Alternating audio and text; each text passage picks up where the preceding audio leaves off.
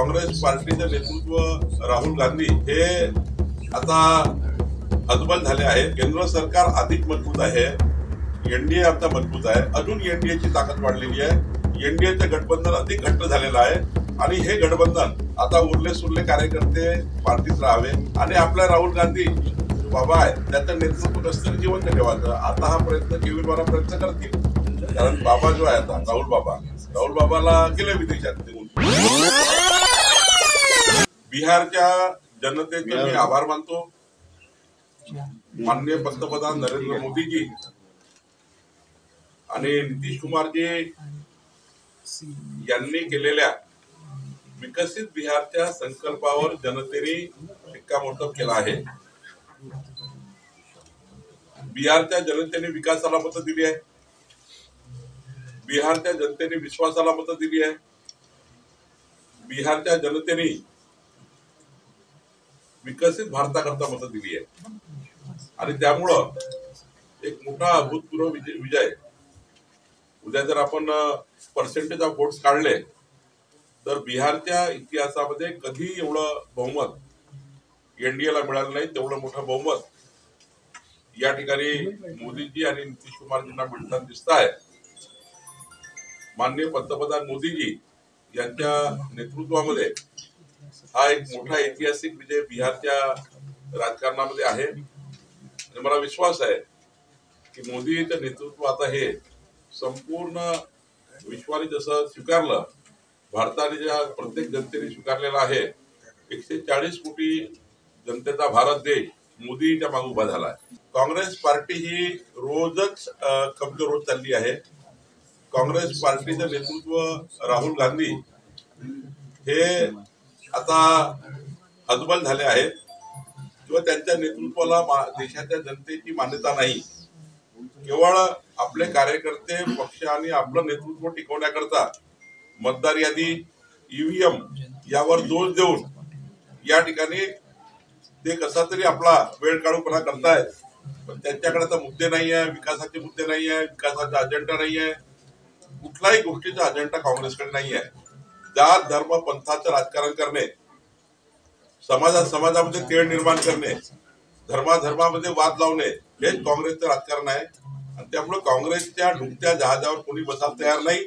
बिहारची जनता सुद्धा आता या मतदानातनं स्पष्ट केला, बिहारच्या जनतेने काँग्रेसला जनतेने लाथाडलाय, काँग्रेसला जनतेने त्या ठिकाणी बाहेर केलेला आहे आणि पुढच्या काळात तर 2029 मध्ये काँग्रेस ही इतिहासातली सर्वात छोटी पार्टी होईल अशी त्या ठिकाणी परिस्थिती असणार। यापूर्वीच सांगितलं आहे की बिहारची जनता विकासाच्या बाजूने आहे।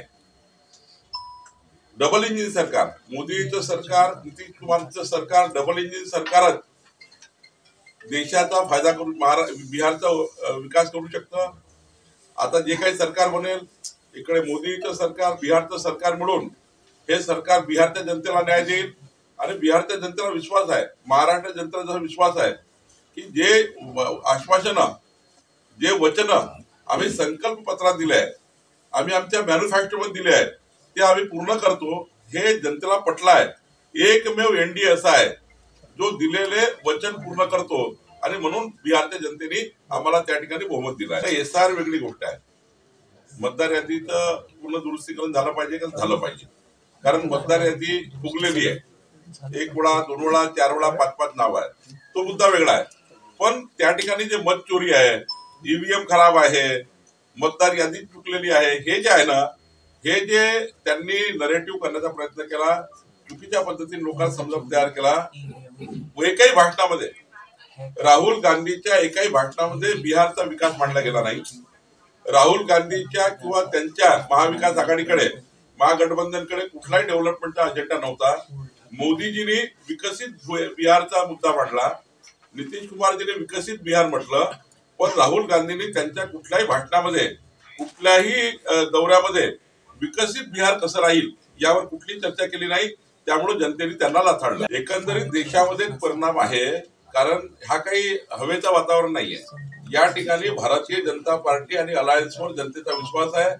महाराष्ट्र सुद्धा 51% वर मत घेऊन आम्ही या ठिकाणी निवडणुका जिंकू आमची महायुती 2/3 बहुमत घेऊन महाराष्ट्रात आमच्या महानगरपालिका, जिल्हा परिषद, पंचायत समिती जिंकेल. मला 100% या ठिकाणी विश्वास आहे. कारण महाराष्ट्राची जनता सुद्धा डबल इंजिन सरकारवर विश्वास ठेवत आहे. देवेंद्रजीच्या नेतृत्वावर, मोदींच्या नेतृत्वावर विश्वास ठेवत आहे. आणि त्यामुळे महाराष्ट्र हा क्रमांक 1 विकसित महाराष्ट्र करण्याचा संकल्प देवेंद्र फडणवीसजींनी केला. त्या संकल्पाला बिहारची जनता, आपली महाराष्ट्राची जनता साथ देईल. केंद्र सरकार अधिक मजबूत आहे. एनडीए आमचा मजबूत आहे. आमचा एनडीए मजबूत होईल. शेवटी एनडीएनी या ठिकाणी सर्वांना या ठिकाणी मजबूत करण्याचा प्रयत्न केला. आम्हाला एनडीएने मजबूत करण्याचा प्रयत्न केला. त्यामुळे आम्ही देशामध्ये एनडीए मध्ये जातो आहे. तर या निकालावरनं अजून एनडीएची ताकद वाढलेली आहे. एनडीएचं गठबंधन अधिक घट्ट झालेलं आहे. आणि हे गठबंधन संपूर्ण देशभर पुढच्या काळामध्ये 2047 पर्यंत या देशामध्ये या ठिकाणी आमचं गठबंधन हे केंद्रात आणि राज्यामध्ये राहील. आता उरले सुरले कार्यकर्ते पार्टीत राहावे. आता आपली पार्टी किमान किंचित चालली आहे, ती थांबवावी. आणि आपला राहुल गांधी जो बाबा आहे त्याचं नेतृत्व कसं तरी जिवंत ठेवायचं. आता हा प्रयत्न केविलवाला प्रयत्न करतील. कारण बाबा जो आहे आता राहुल बाबाला गेले विदेशात निघून, निकालाचा पहिला कल विदेशात निघून गेले बाबा. तर राहुल बाबाचे नेतृत्व टिकवण्याकरता, काँग्रेस पार्टीचं नेतृत्व टिकवण्याकरता मला असं वाटतं की पुन्हा एकदा हे आता ईव्हीएमचा खेळ खेळतील. मग मतदारांची कोणी सांगतील यांना हेच धंदे आहे. यांना विकास काही नाही, रस्ता वीज पाणी काही नाही. यांना फक्त हेच आहे, ईव्हीएम खराब झाला, मतदारांची खराब झाली. ज्यांनी ज्यांनी मतदान केलाय एनडीएला किंवा भाजपा महायुतीला, त्या मतदारावर त्या ठिकाणी आरोप करतात आहे किंवा त्याच्यावर आक्षेप घेतात आहे. मतदारांना असं वाटतं की मी तर कमळाला मत दिलाय, मी तर धनुष्यबाणला मत दिलाय, मी तर घडीला मत दिलाय. मग आम्ही इमानदारीनं मतदान केल्यावर आमच्या मतावर घेतलेला आक्षेप हा जनतेला पटत नाहीये. जनतेने जे मतं दिले ते स्वीकारले पाहिजे. एक काळ आम्ही असा होता 40 वर्ष आम्ही विरोधी पक्षात काढले. कधी आम्ही ईव्हीएमवर आक्षेप घेतला नाही. आम्ही ज्या ठिकाणी हरलो त्यातून शिकलो आणि नंतर जिंकलो. काँग्रेस पार्टी निवडणुकीच्या पराभवात काही शिकत नाही, ते आरोप प्रत्यारोपात जाते आहे. शेवटी चिंतन केलं पाहिजे निवडणुकीच्या पराभवाचं. एखादा पराभव हा झाला तर निवडणुकीत चिंतन केलं पाहिजे. लोकसभेमध्ये आम्ही निवडणुकीमध्ये महाराष्ट्रामध्ये हरलो. 31 महाविकास आघाडी, 17 बीजेपी आलाय. आम्ही चिंतन केलं, चिंतन करून पुढे गेलो. आम्ही विधानसभेत जिंकलो. आता आम्ही पुन्हा एकदा स्थानिक स्वराज्य संस्थेमध्ये जिंकू. आणि त्यामुळे मला असं वाटतं की चिंतन केलं पाहिजे काँग्रेस पार्टीने. काँग्रेस पार्टी चिंतन करण्याची परिस्थिती नाही. त्यांना चिंतन करायचं नाही आहे. हरले का विदेशात पडून जातात, 15 दिवस विदेशात राहतात, पुन्हा येतात, पुन्हा वोट चोरी, पुन्हा मतदान, पुन्हा हे.